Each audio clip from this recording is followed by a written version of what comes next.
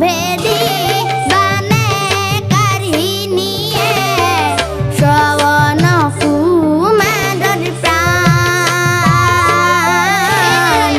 শ্রবণ কুমারর প্রাণ কৃষ্ণ কৃষ্ণ অন্ধ পিতৃমাতৃ শ্রবণ কুমারে সুরে কান্ধে তুলিল তীর্থ ভ্রমি ভ্রমি আহে রঙ্গমনে ঘুরি নিজ গৃহল পানিয়ানু ভুলি নদীত নামিলে পিতা মাতাক পারতে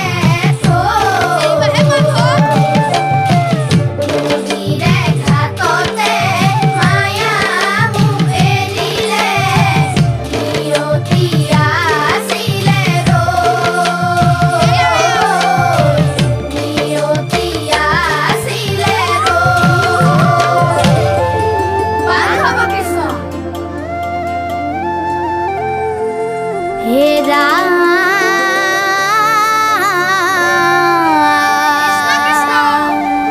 হে আর্তনাদ শুনি রাজা নদী তীরে যায় মৃত মুনির পুত্রক দেখি চেতনা হেরায় এরা মহাপাপরে হি ভাত কান্ধে তুলিল এ ক্ষমা ভিক্ষা মাগে অন্ধ পিতৃর কাহে